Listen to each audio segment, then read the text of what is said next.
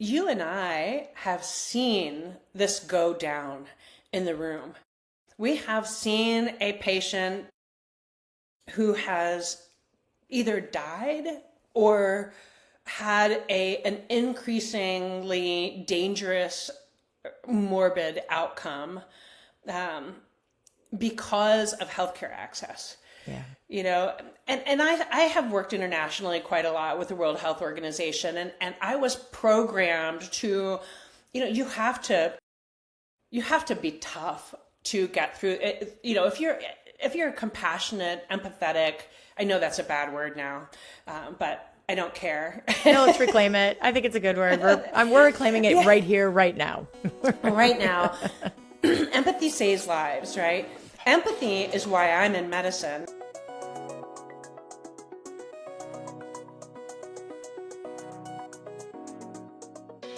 Hello and welcome to the Dr. Kristen Lyerly Show. I'm Dr. Kristen Lyerly and I'm here with Dr. Gillian Battino. It's doctor to doctor today. Gillian is a retired radiologist who spent more than 2 decades serving patients in Wausau, Marshfield, and Madison. She's a mother of 6. She's got me beat by 2. She's a community builder, and she's somebody who has clearly never been able to look away when things aren't working, which happens a lot these days. And now she's running for Wisconsin's 29th State Senate District, challenging incumbent Corey Tomzik. And here's something that I think matters enormously. We're going to talk a lot about this.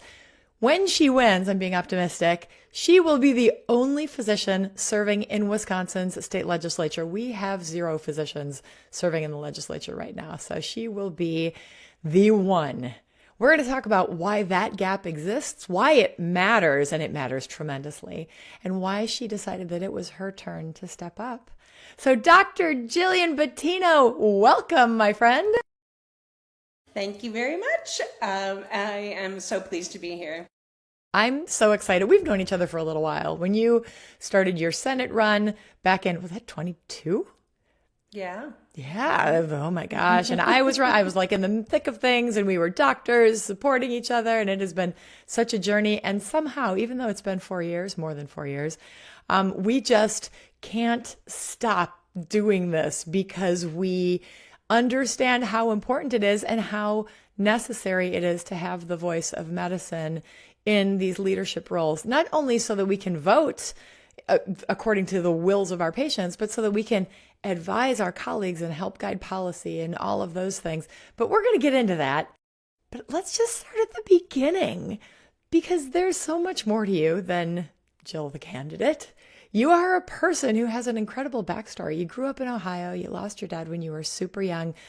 Eventually, you made your way to Wisconsin. How did all of those early experiences shape who you are and what you care about? So, I think losing my dad when I was a kid really kind of helped me, just be sensitive to people's backgrounds and how they impact their lives and their journey, who they become, how they feel about things, what they see in the world, and the choices that they make.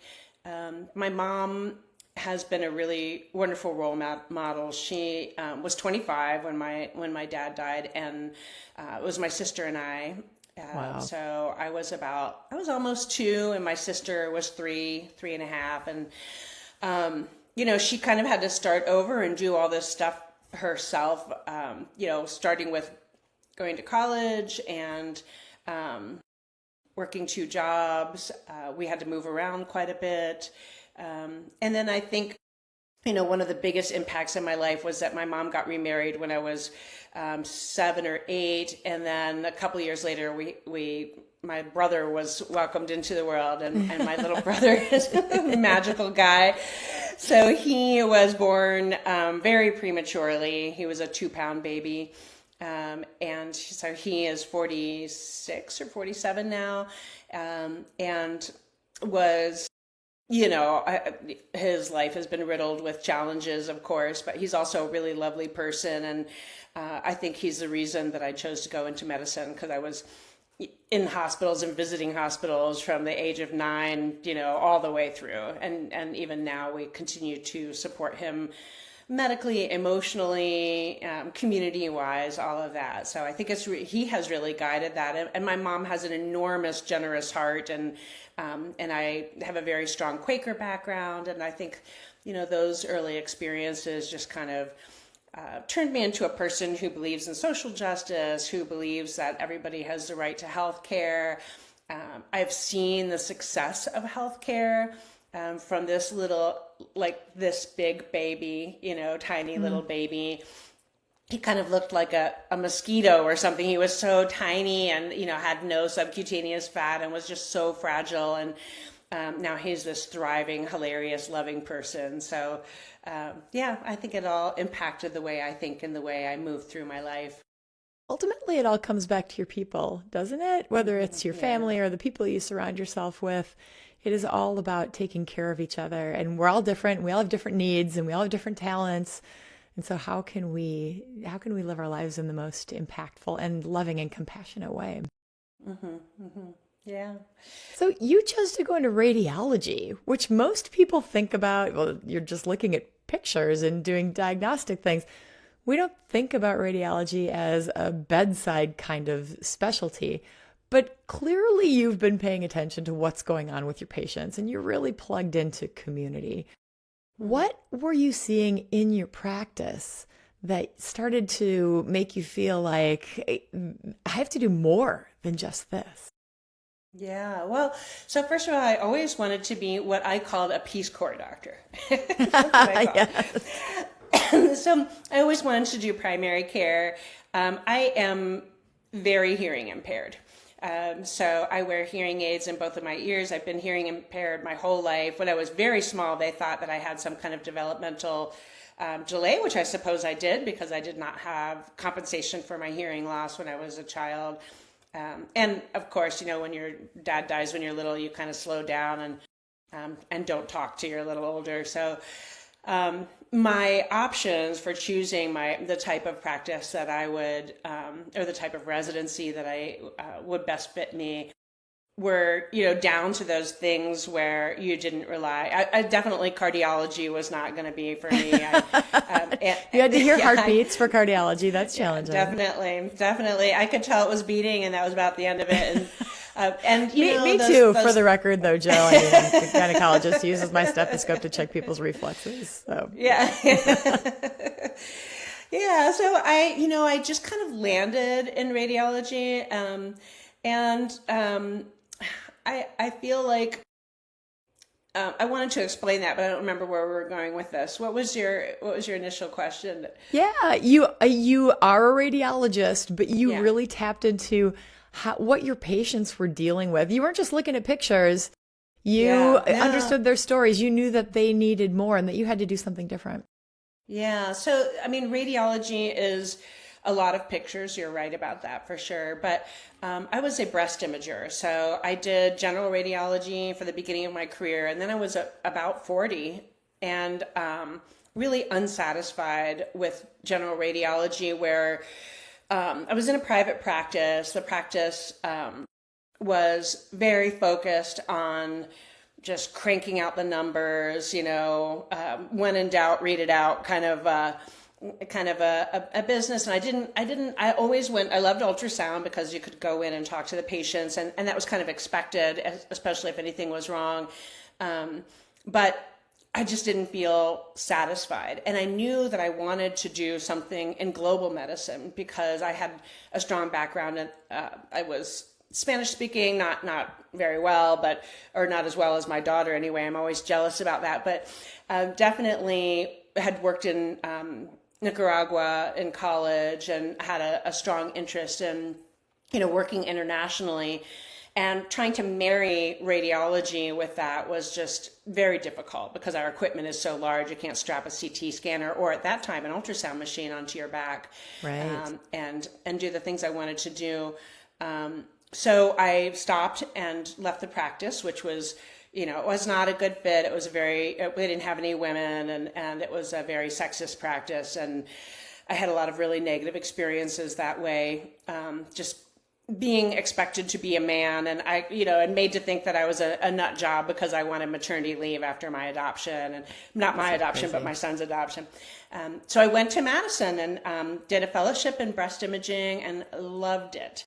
I loved everything about it. First of all, UW-Madison is packed with the most experienced, educated, compassionate, edge of technology kind of people, and also the edge of social expectations within medicine. And, I had this experience of jumping forward like 3 decades from my practice here in Wausau, where it was a bunch of men who were, golfing and shooting deer, and which is fine. Shoot deer, I think, is wonderful. But don't bring it to work. At work, we need to be a collaborative community. And in Madison, suddenly, it was just different. It was just different. They respect women. They respect their practices, and patients are treated differently. I mean, it was really a wonderful experience, and I got to do what I'm passionate about, which is women's health. And initially, I felt kind of pigeonholed into women's health because I was the only woman in the practice, and they literally said to me, "We hired you because you're a woman, and we want you to do the women's procedures." But as time went on and I got older, I started really respecting the fact that women want women taking care of them, that women are wonderful communicators as physicians and as patients, and that when we bring us together, that medical care is improved and outcomes are improved, and there's data that supports shows that. Yeah. So I fell in love with breast imaging. I did that in Madison for a little while, and then the beautiful thing about breast imaging is that you talk to almost every diagnostic patient. So a patient who comes in for a screening mammogram, they come in, they get their pictures, they leave, and you read those in a batch. There's data that shows that that's how they're best interpreted, in a batch, when you're not interrupted, when you're just honed in on reading and focusing. And then diagnostic patients come in with a lump, or they come in because of an abnormal mammogram, and 99% of the time you go over their results with them, and if they need a biopsy, you're working with them. So I had much more patient interaction and one-on-one patient interaction. I did not have to pull out a stethoscope, didn't even own one. And it was really wonderful. I absolutely loved it. Women and patients are inspiring. Breast cancer is a very big problem, and detection is challenging. And so many people benefit from early diagnosis, and you get their breast cancer taken care of, and then you see them 10, 15 years later thriving and doing very well. Or, I had a patient bring her son in to meet me, and he had Down syndrome, and she was maybe pretty young, I would say my age now, like 50, and her son was with her, and she said, "I wanted you to see why it was so important that you caught my breast cancer so early." Wow. And of course that really struck home with me as somebody who has a special needs person in my family. So I feel that breast imaging is primary care for the radiologist. So I really, really enjoyed what I did. I am retired, and I do not carry my license anymore. So I usually don't let people call me Dr. Battino. But, wait a minute, hold on, whoa. You are a doctor. You did the doctor training. You did the doctor practice. Like, you are Dr. Battino. I just want to be firm about that. But there literally is law that says that you have to be very clear that you are not licensed. So it breaks my heart a little bit because, of course we invest. I think I was 31 when I got my first out of residency job. I'm sure, you understand all of those years. It was 5 years of residency. And then, I think I did 10 months of my fellowship. So a tremendous amount of my life invested in that. But I am retired now, and it's like riding a bike. You don't forget all of the things that you learned and that you practiced every day, and that were your heart and soul for so much time. So. Yeah, and you don't forget about the reason. The fact that when your patient came back and brought her son to show you the reason that your work is so important. And you already know that. You are a community person. It is about compassion. It is about taking care of each other. So now you've got all of this energy and all of this training and all these smarts, and you have translated that into a desire to serve the public. You ran for U.S. Senate back in 22. You ran for treasurer. A lot of people would have stepped back after a couple of campaigns where things didn't necessarily turn out the way you wanted them to. What kept pulling you back in? Well, so part of it is personal. It's all personal, right? Everything is personal. Everything is personal. But so I ran for U.S. Senate because I could not stand Ron Johnson. Hearing him talk it just fired me up. And I knew that so much of what he was saying during COVID and so much of the entire COVID problem was a lack of trust in healthcare professionals.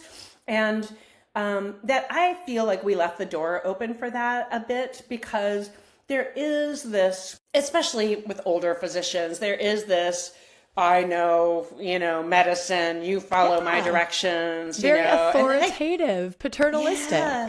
Yeah, exactly. And, if you ask questions, you're considered difficult. And I think that, that there is a lot of, there are publications by the CDC that were sort of these, almost like a same kind of air, just not a lot of understanding by the public. And I think that the door was left open. And I don't want to point fingers at the CDC, because I look at their website and it seems very layperson friendly to me.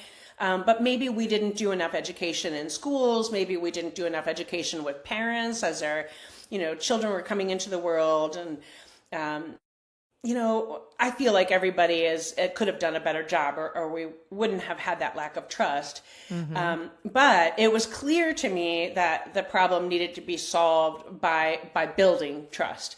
And I felt like having physicians in the legislature was part of that solution. I do understand why physicians don't run. It is a unique situation where a physician wants to abandon, what did we do? 13 years of education, 14 years of education beyond high school. Yeah. It's an eternity. And I think of all of the hours in the engineering library at Ohio State University where I went all the time and just sat in the corner for 8 or 10 hours with a stack of books, just filling my brain with all these. It was so much work. So to leave that behind and come work in the legislature, you have to have financial security. You have to have, your household needs to be at a certain place. You have to be at a certain place. When I was running for treasurer, so I switched. I left the U.S. Senate race once Mandela Barnes got in, because the oxygen went out of the room very quickly. It was very difficult to fundraise. And I could see the writing on the wall. So I said, okay, where can I be useful? And the treasurer's office was where I went.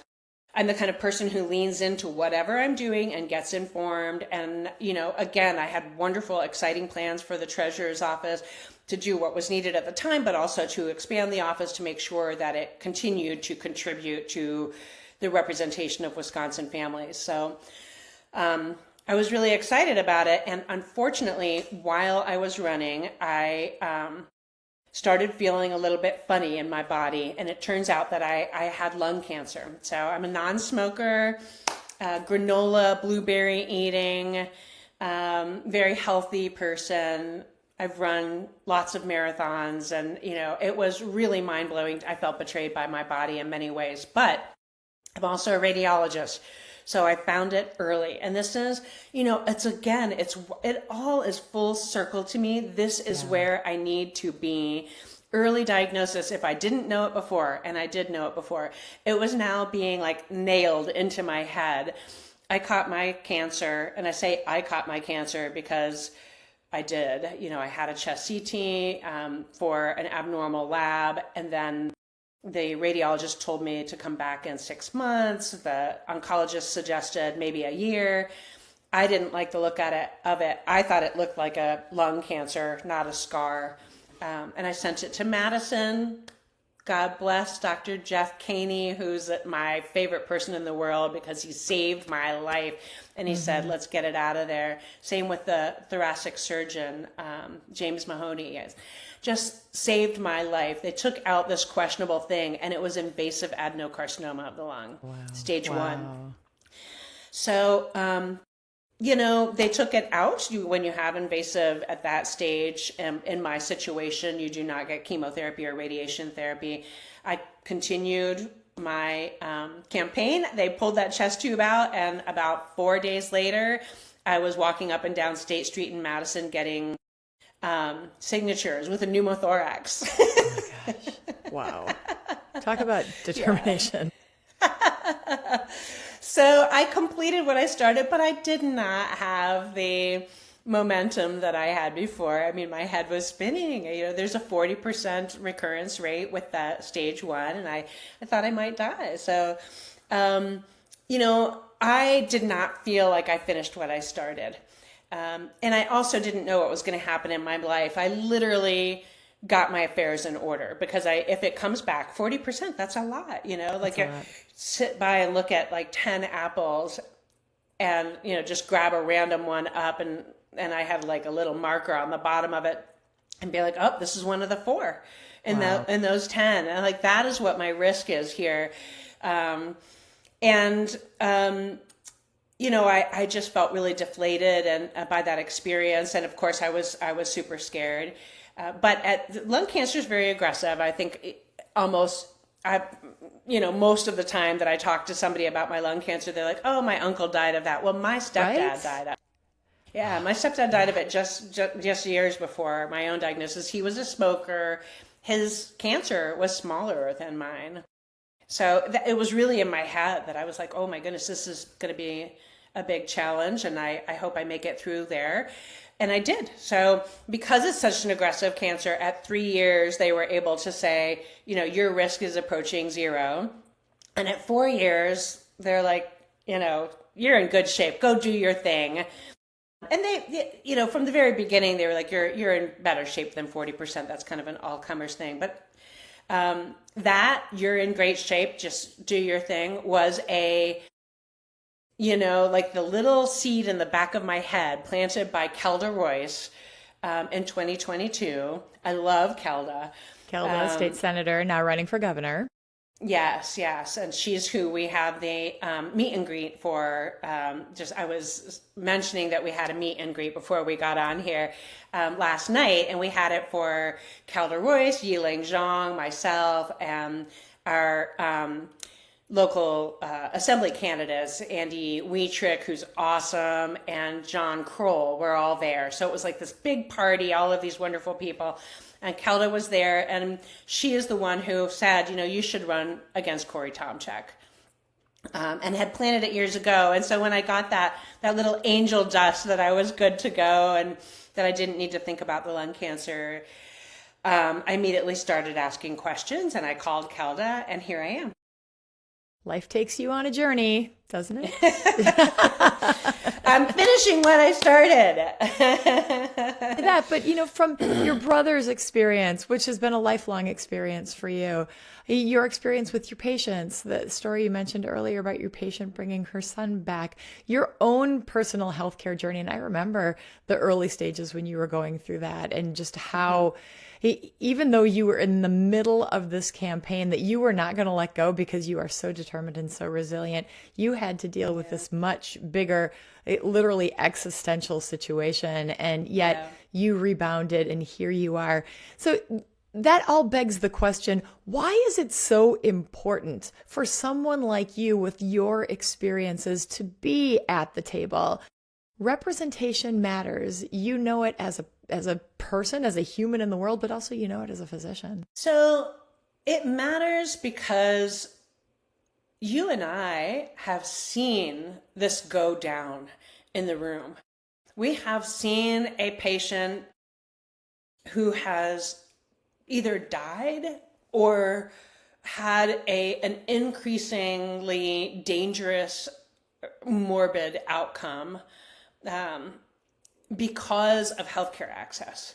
Yeah. You know, and I have worked internationally quite a lot with the World Health Organization, and I was programmed to, you know, you have to be tough to get through it. You know, if you're compassionate, empathetic, I know that's a bad word now, but I don't care. No, let's reclaim it. I think it's a good word. We're reclaiming it right here, right now.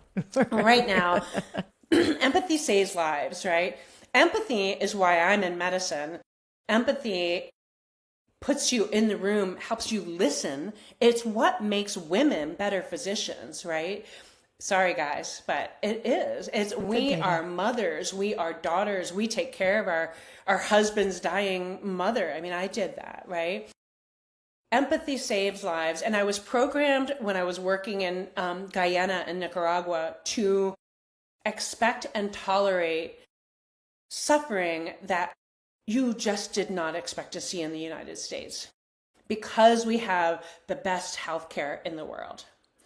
And I saw those things and I, you know, was like, okay, well, this is understandable. You know, why would somebody have bilateral congenital hip dysplasia with their femoral heads dislocated under their gluteus, like literally in their butt, right? In like their legs are their not connected. They are literally dislocated. The balls of the femoral heads are back under their butt muscles, and they are walking because they have not, and they're 14 years old, and you know, a lot shorter than they would be, and chronic pain. You know, you would see advanced breast cancers, like you walk in the room and you're like you can smell it. Don't mean to be, you can smell it. You can smell it. Yeah. So I started seeing those things in Wisconsin, in central Wisconsin. And it would be somebody with a horrible breast infection, who was maybe a farmer and had a staph infection and just didn't have time. You know, they didn't have time because they just had so much to do. And also were extremely concerned about the cost of their bill. And so what their deductible is high, or they don't have, I mean, I've seen it all. They don't have health insurance at all because their spouse is the typical, you know, out of house or off farm worker, and they've lost their job.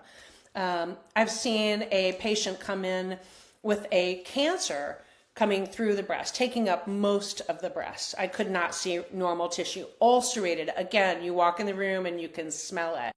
The patient was younger than I was. You know, typically if you see something like that, it's in a developing country where the patient, you know, lives in the hinterlands and can't access healthcare, or it's somebody who's extremely elderly or incapacitated in other ways, and it's just not detected clinically. You know, because they're not being seen regularly or they have limitations otherwise. This was a patient who was walkie-talkie working, you know, a young woman. And she explained that she knew it was there. It had been there for years and it was getting bigger and bigger and bigger. And she knew it was very likely a breast cancer, but she was waiting for her life insurance policy to mature, because she didn't have anything to leave her family. Those types of things, I mean, those are the types of things where you put on that hard hat, you take care of your patient, you know, are kind and you listen and you support them and you make all the phone calls and you get the ball rolling to get them into the oncologist, to get them into the surgeon, to get them the most optimistic outcome that you possibly can. And then you walk to your car and you cry. And you cry and cry and cry, and you just let it all out and you say, this is not okay. This is not okay. Everyone deserves a chance to have a stage 1 diagnosis. You know, that's what I love about being, or loved, loved about being a breast radiologist, is that I would see some scary things, and then people come back years later and their kid that was 3 is now in high school, and you're like, oh my gosh, that's so wonderful. You know, look what we can do together. Look what we can do when we deliver healthcare to everyone, when somebody is not afraid to come to the doctor. It is so compelling. It is such an important story. And I look at my brother too. I don't remember my parents ever talking about his bills other than that it was enormous. It wasn't like we're going to have to sell our house, and my parents were small college professors, and they didn't rake in big bucks to pay off all of this money. It's not like we were rolling in it. We were not, but we knew that his health care we could afford it. And he was in the hospital all the time. I mean, until he was about probably 12, he was in the hospital a lot. But we knew it's okay. It's okay. They can do something for him. And it's not okay anymore. It is not okay. I'm not going to sit down and not do something right now. It's just so important to have somebody at the table developing policy with those stories and those experiences. Not only that, but somebody who's been on the phone with an insurance company explaining why somebody needs a procedure. Somebody who has had those conversations about how Medicare defunding and Medicaid defunding affects rural hospitals, how uncompensated care in SD29 is very high. It's over $79 billion a year. I mean, it's so high. Is that the right number? I'm going to have to check that number. It might not. I'm going to check that number. It's high, regardless of the specific number. It's really number. high. I don't know if it's not billion, it's million, but it's really high. It's really high. And what that does is it interrupts a cycle of terrible, vicious, messy cycle of payment that ends up transferring costs to hospitals and then to private pay people and out-of-pocket pay people. And nobody wins, right? I mean, people think that they don't need to worry about it because they have great insurance. Your premiums are going up because, of uncompensated care. So when administrations decrease compensation for the patients who are most vulnerable, so those like my brother who are on Medicare and Medicaid, those like veterans who might have to go to private hospitals because of access to care in their rural area, elderly people, special needs people, regular working families who require Badger care, all of those people, when that care is not appropriately compensated, then yes, the people who are worried about paying taxes and are super wealthy, they're going to pay more. And we all need to see that cycle. And having stood there in the room with a patient and said, you need a breast ultrasound, but before I can do I'm so embarrassed and disgusted to say this, but before I can do your breast ultrasound, I am required to send you to financial services. Yes. So you can figure out a payment plan. So I have a patient in my room who looks like she has breast cancer, and I'm almost certain of it based on the mammographic appearance, almost certain. And I have to worry her and her family with a discussion about how she's going to pay. I mean, what are the chances that she's going to walk out of the room and not come back? They're good. It's happened many times. So that's why I'm here. Yes, and as a physician, you know how to take care of your patient, but all of the barriers that stand between you delivering that care and your patient receiving the care. And I just want to really emphasize something that you said that I think is incredibly important, especially for the people in central Wisconsin, but for people all over the state. When somebody doesn't have health insurance, when they can't afford to pay, these are children, these are new moms, these are elderly folks, so many people who live in nursing homes, veterans, vulnerable people, they still get health care. They go to the emergency department and usually they wait a long time before they go because they don't want to have to go, but they show up there and they get that care and they can't afford it. So then that is a financial burden for them. And it is a financial burden for the hospital that then has to pass the cost on to all of the rest of us. And that's when our premiums go up and the cost for our care goes up. So when our system is so fundamentally broken, and it's going to get more broken because of HR1, because of Trump's big, beautiful bill that kicks people off of the ACA and kicks people off of Medicaid, everything is about to get much more expensive for all of us. Yeah, exactly. Exactly. Yeah. And that's why we need more physicians at the table. But here's the $1 million question. Why aren't there more physicians at the table? I've talked with docs all over the country running for different positions in Congress, in the U.S. Senate, in state Senate seats, in state assembly seats. Why are more doctors not stepping up to use their personal voices, the voices of their patients to help fix this broken system? Mm-hmm. Well, I think part of it is, a number of doctors run. I mean, I've met lots of doctors. I know Annie Andrews is running. Brilliant. Yes. Yeah, South she's Carolina super cool. against Lindsey Graham. Right? And she was running 4 years ago, right? She was running 4 years ago, and she lost her primary to Nancy Mace. Oh, yeah. The famous Nancy Mace. Yes. Yeah. So I think there are a couple of things at play. So first of all, when we graduate from medical school, we have so much debt that it is scary. It is unacceptably limiting. And I think it contributes to a huge number of problems, right? First of all, who chooses to go to medical school? I think that there are a lot of privileged people in medical school. For sure. And I was one of them. I mean, I'm a white person. I'm a woman who comes from a educated family. I mean, those things right there are privileged things. The fact that I had a rough start in life, that's kind of old news, water under the bridge. I mean, at this point in my life, and when I graduated from college, I had no debt because my stepdad was a teacher at my university, so I could get that faculty brat kind of thing. So I have lots of privilege in my life. But when I walked out of medical school, I had an enormous debt. We know all about that debt. I think my husband and I finished paying off our debt. My husband's also a physician, and we met in gross anatomy. Aww, that's so cute. He was dissecting the body next to the one I was dissecting. Cadaver neighbors. Yeah, gross. Anyway, we laugh.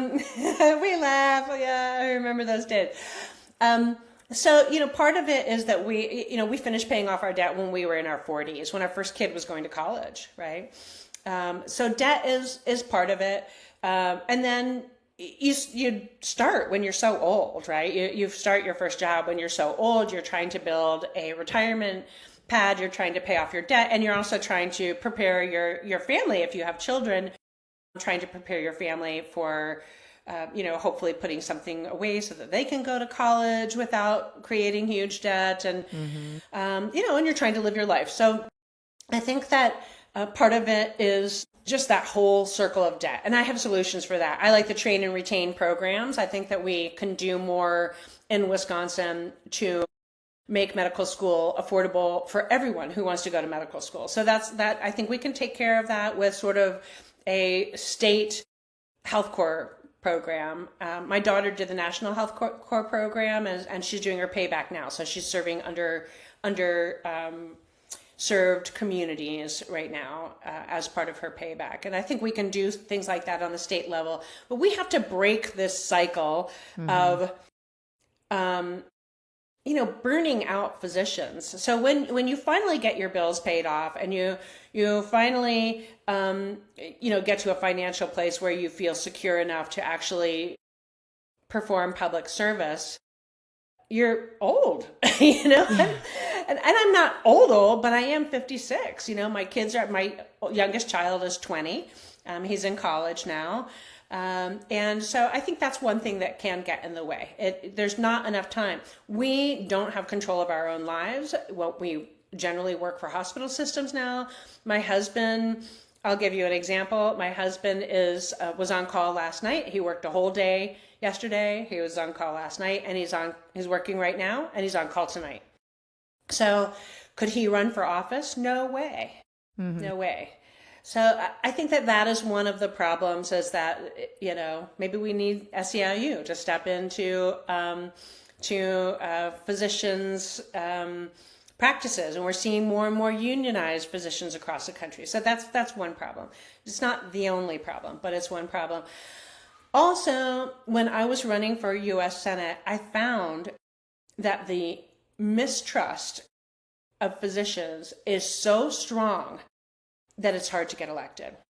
So one of the reasons that I'm really, it's good to be a retired physician is that people don't focus on that so much. I don't feel compelled to focus on that so much. And I am more of an everyday person. So I have this wonderful experience and this knowledge that helps me listen, helps me understand, but doesn't create that barrier. So I don't say, I'm Dr. Battino. I say I'm Gillian. Because when you go to a farmer's door, and they're like, you're rich. You don't know. Yeah, there is definitely this misconception out there that like every doctor is rich and has no problems. And, that I think used to happen. The Gulf trips and all of that stuff, that was the 80s. It is not like that anymore. It is not like that anymore. And also there's history, there's history. Like when I was 7, my mom had finished so after my dad died, my mom went back to college, worked all these jobs, and then got her degree in accounting, and then got her CPA. And those were crazy times. It was crazy. I don't even remember seeing my mom. She was always working. We were always staying with a neighbor or babysitter or whatever. She took great care of us, but she couldn't do it personally because she was trying to get her feet under her. We moved to West Virginia for my mom to get her first big girl job as a teacher at a small college in Shepherdstown, West Virginia, Shepherd College. And we lived in this old house, and my mom made, I think it was like $20-something thousand a year. And this was in 1978. And we could only heat one bedroom and the living room. So we literally covered all the vents. Do you remember those days? You taped up all the windows. With the plastic and the hair dryer. Exactly. Yes. Exactly.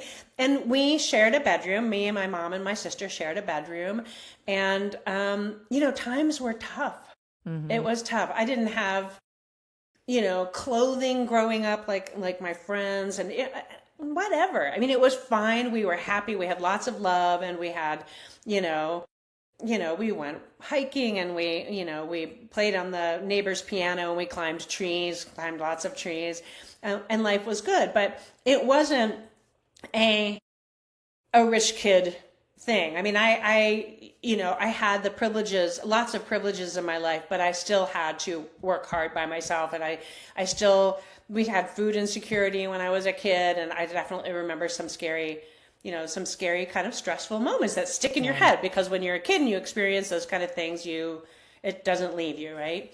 So I think now, as a person who's a retired physician, that it's hopefully an opportunity to connect with voters and meet them where they are a little bit more, with a little bit more trust and a little bit more common ground and language, because I do think that gets in the way. And I think a lot of doctors don't understand that and work on that part of it. So you have to work on that part of it. You have to, understand what they're seeing, and like The Politics of Resentment, that wonderful book by Michelle Craven. I have it right here. Kathleen. Kathleen, thank you. It's up here. Yeah. You keep talking. Yeah. Kathleen Kramer. There we go. Kathleen Kramer. Shad. Politics Michelle of Kraken. Like that? Release the Kraken. This is a great book. It's a woman who travels all over the state and talks with regular people about what they care about, trying to understand why they vote the way that they do and what the issues are that really matter to them. Yeah. Yeah. And that resentment is a rural resentment. And that I saw that in my practice. And I think that if there's one thing outside of medical knowledge and medical experience that being a physician has brought to me and my personality and my lived experience that I find incredibly valuable. It is that when you have a short interface with a patient and you're talking breast cancer, you have to be very focused on trust building. Yes. And that doesn't come from pretend. That doesn't come from a nice smile or a warm gesture. Of course, that has to be present. That comes from giving people a reason to trust you. Mm-hmm. And that is listening, that is responding to their concerns, that is giving them time. And then that is walking out of the room to advocate for your patient and get it done. So that when you come back in the room, you can say, okay, you're going to go from here over to the clinic and you're going to see this person and this person and this person. I dialed it up and I told them that you need to be seen today. And sometimes that's because they have an aggressive breast cancer and they need urgent care. And sometimes that's because they are worried or because they're traveling or because, so you listen to their needs and meet them where they are.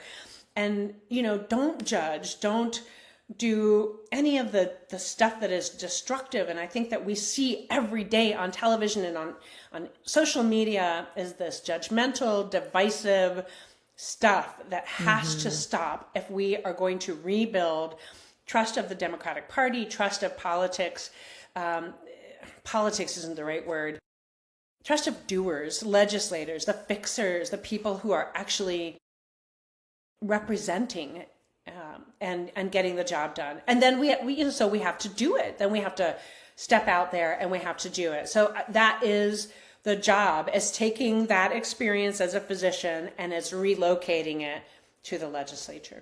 That's such a great way to distill everything that you've just said, taking all your doctor skills and using it to take care of your constituents as a leader.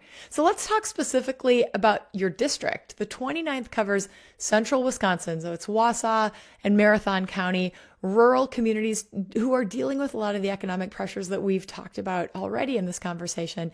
You have written extensively about housing costs, childcare, medical debt, crumbling roads. What are you hearing from people who live in this region? Is it affordability? What are the issues and how can you address them? It's affordability. Yeah. Mm-hmm. It's every time it's affordability. And that is how I am getting Trump voting or previous Trump voters who are independents. And I would say that our independent number is huge here. So about 30%. Yeah. And I'm knocking a lot of independent and Republican doors.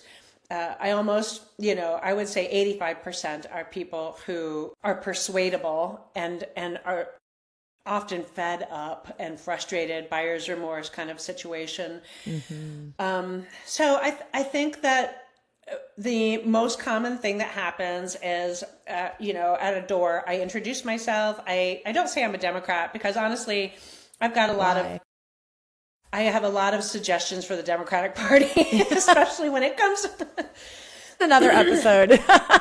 It's another episode. Yeah. I mean, at the end of the day, the things that have happened, it's like any bad relationship, right? We have to take responsibility for what has gone wrong and we have to fix it if we want things to go right. If we want to build trust, we have to understand why we are not trusted. And honestly, in rural Wisconsin, it is the things that I'm hearing at the doors. So they will say roads, roads, roads, roads, roads. That is so huge around here.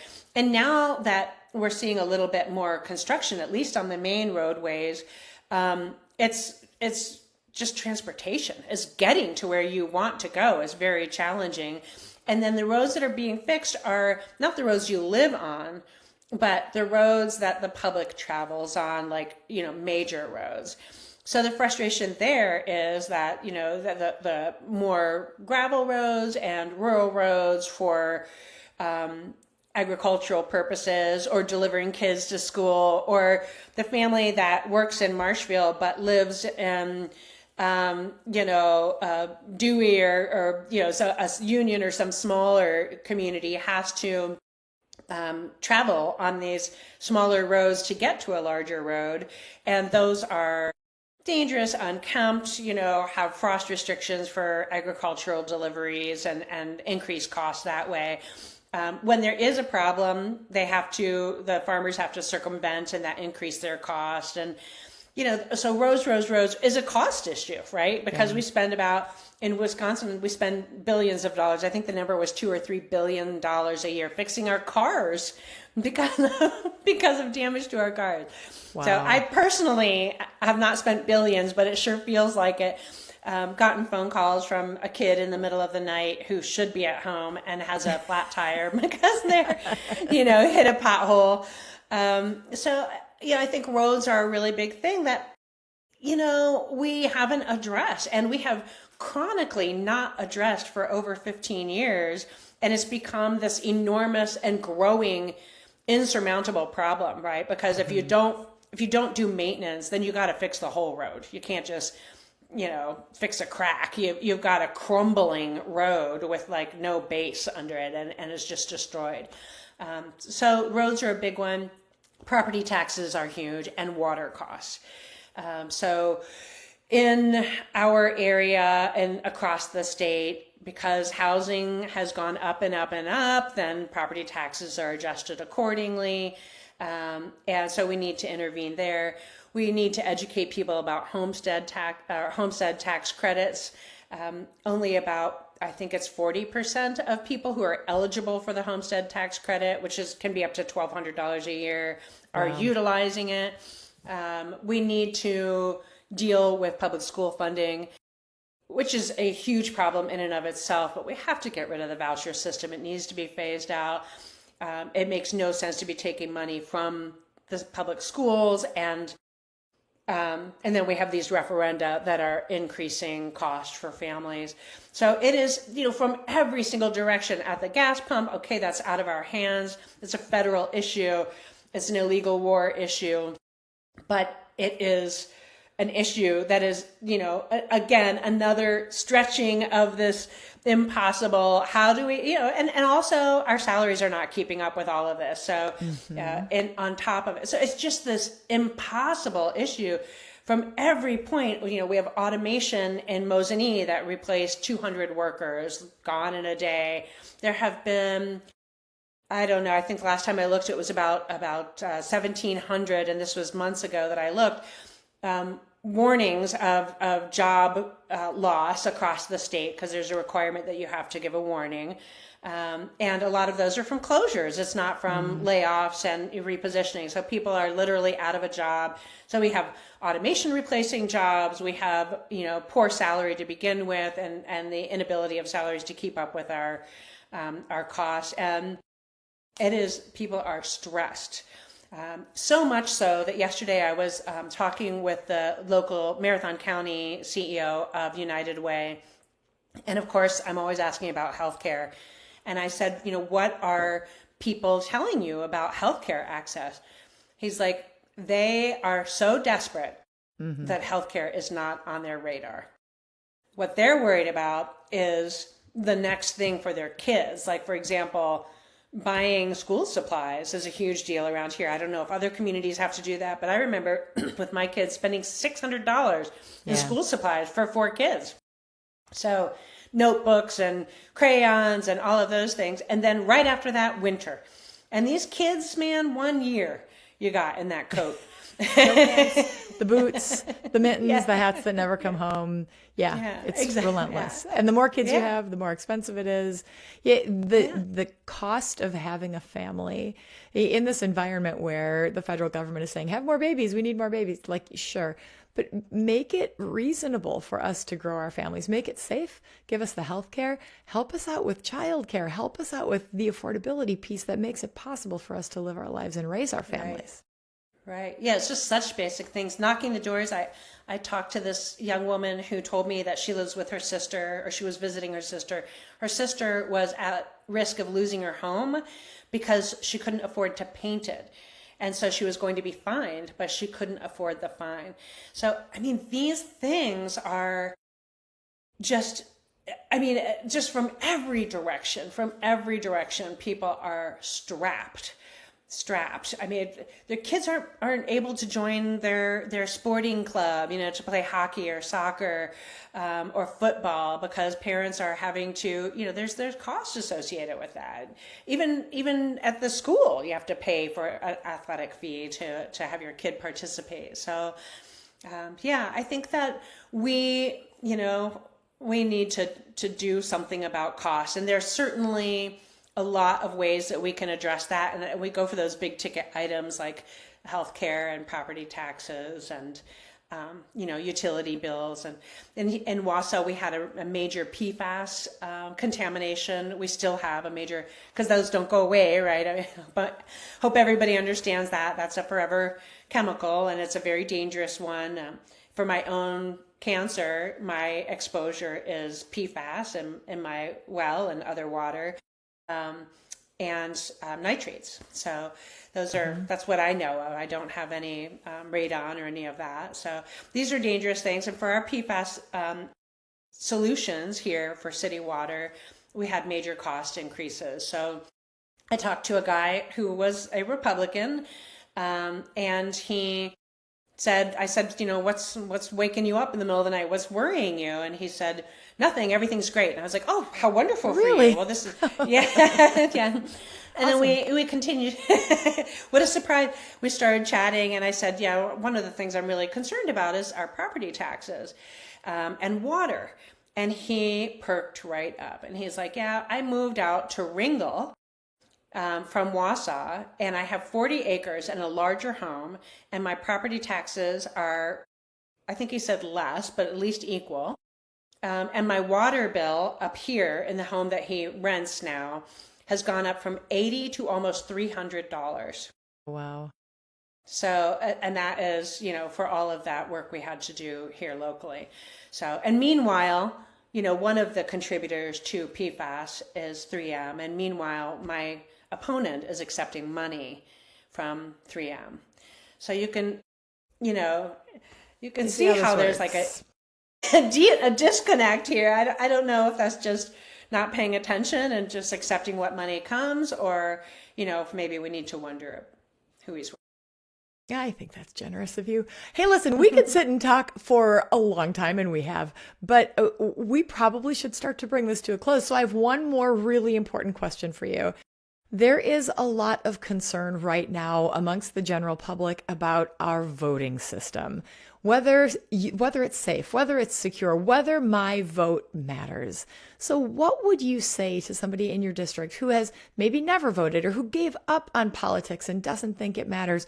What do you want them to know about why their voice and their vote actually matters in your race? So we have worked so hard, and I know you have been part of this for a huge part of this, for redistricting, to make our districts less gerrymandered, so that votes. That's one reason that votes seem to not matter. If they're so gerrymandered that there's no hope.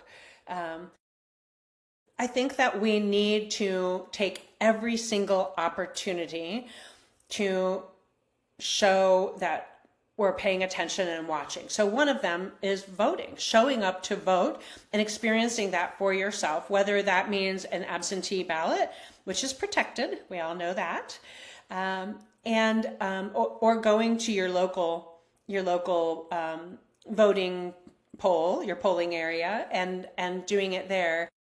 We must show up.